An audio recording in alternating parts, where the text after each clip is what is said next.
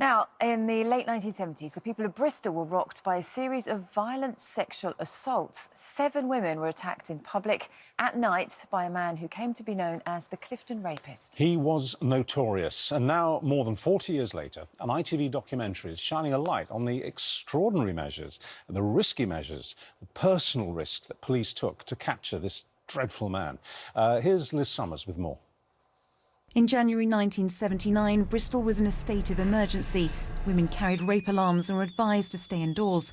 The Clifton Rapist had been terrorising the streets for more than 18 months and still hadn't been caught. Like many women, I try not to walk out at night. I try and use a car where I can. After several failed campaigns, the police set up a special task force, codenamed Operation Argus. 12 female officers were recruited as decoys to see if they were attacked. The policewomen, one as young as 18, were given basic self-defence training but weren't armed. The force even began dressing male officers as women to try and catch out the attacker. We suspect he may live alone. We're trying to build up a picture from what he says and how he behaves. He's a selfish man. He's a pig of a man. Then, on the very last day of the sting, there was a crucial breakthrough. Undercover officer 23-year-old Leonard was grabbed by Ronald Evans. Officers hidden nearby quickly swooped in and made an arrest. Evans, out on licence for an earlier murder, was convicted of indecent assault and later rape. Michelle was awarded the Queen's Award for her bravery. Well, I'm delighted to say that we're joined now by the Decoy team member, Michelle Leonard, and journalist Rob Murphy, who's brought this story to life and to our screens. Morning. It's an absolute honour to meet you. Reading the details of what you did that night, it made my blood run cold last night when I was reading the research notes on it. Let's just cut straight to the chase. You were live bait. You're in civvies, you're walking around the streets after dark, hoping to attract the attention of this guy, and you did. And you were on a little mini earpiece, and you heard your controlling officers suddenly say to you, this crackle out of the ether, "You've got a killer on your tail. You've got a murderer following you." Take us from there. What happened? Well, I just turned off the main road, busy main road, into the quiet side of Clifton, where it's quite dark. It's very leafy and yes, I know Clifton. It's lovely. Yeah.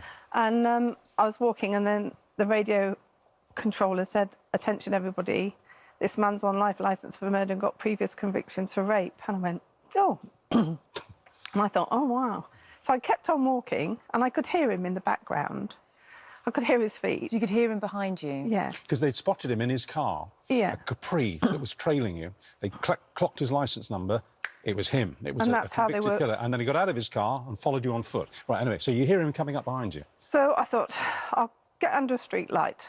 There were policemen hidden in the bushes, so they were all around me. And I walked up to the street light and I stopped. And I looked round and there he was behind me. And I looked at him and I thought, oh, he's identical to the photo fit. It's him. So I turned back round thinking, I thought he was going to walk straight on. But with that, he grabbed me round the throat and round the waist and said, "Don't scream or I'll kill you." They started dragging me back towards one of the gardens, which was what he did. And with that, because at the time the briefing was, I had to let him physically attack me. Otherwise you wouldn't have a case against. We wouldn't have an arrest, let alone anything else. And how did you feel then? Because although, you know, obviously you're a police officer, but, you know, you hadn't been in the force that long, had you? How is that feeling where you're thinking, I've got to let him do this to be able to catch him? I think because he'd been around for quite a while and it was an operation where everybody wanted it to happen. They wanted to catch him.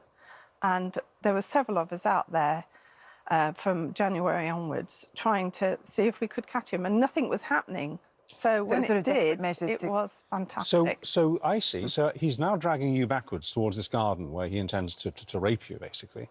And you're actually feeling elated that you got him.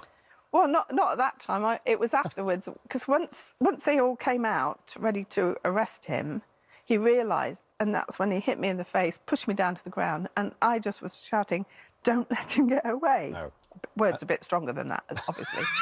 And with that, he ran down the road, and Andy Kerslake, the PC at the time, he rugby tackled him and brought him down to the ground, and Fantastic. He was arrested. Did you hear him say anything after that? No, I didn't see him again after that. You didn't see him? No. But just this thought that, I mean, you knew what this man was capable of, the crimes he'd committed while you were out there, and this moment when you turned around and you recognised him from his photo fit, my God. It was amazing. It was so like him, yes.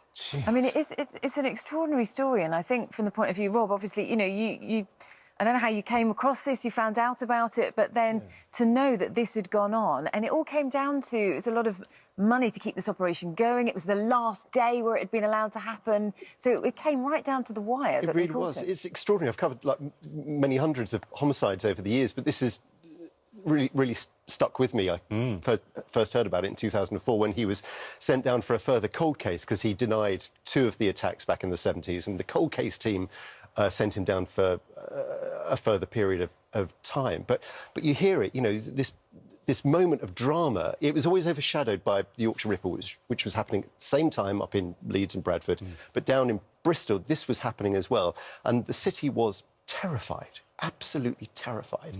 But people had sort of forgotten this over the years. And then you hear about this moment of drama where Michelle is not just physically, but also figuratively at crossroads. Does she put her own life in danger, knowing that this killer would attack her? Or does she stay on the main streets, safety first, knowing that he might well attack other women? Absolutely. And it's just the most extraordinary moment in selflessness. Complete selflessness with her. I hope you got a medal. I got the, first of all, got the Chief Constable's, we all got the Chief Constable's commendation and the Judge's commendation. Yeah. But then I was awarded the Queen's Commendation for Brave Conduct, which is the little oak leaf. Quite rightly. Who gave you that? That was the Lord Lieutenant on behalf of the Queen. Okay. Well done, you. And I have to ask, was there some kind of huge knees up that night or the next night to celebrate the fact that it had worked? Yeah, this was on the Wednesday night, Thursday morning. Yeah. I was had the day off. And then on the Friday, we did meet at Redland and have a drink. Good. Or 2. Because it was relief. I think it was relief after all the months of work by everybody. It was relief. Michelle, I just wanted to... Thank you. Well done to you. I just wanted to ask, obviously, you know, you went to great personal lengths to catch this man. When we look at where we are today with the rape convictions levels, you know, 1.6% today is the current conviction rate, compared to in 1980 it was 34%. You know, what's happening here with how we're treating these crimes? Is it sort of disappointing to you that we seem to be going backwards when it comes to catching these people successfully? I think the workload, there's more reported cases, and I think the workload is overwhelming at the moment, and it's something that has to be looked at and sorted out for the future, I think. Yeah. Meanwhile, this guy was let out, wasn't he? Yeah. He was Britain's longest-serving prisoner. He spent over 50 years in prison for murder. He attacked 7 women. And, you know, these were horrific offences. Some of them were very prolonged assaults, weren't they? Prolonged assaults. 2 hours, you know.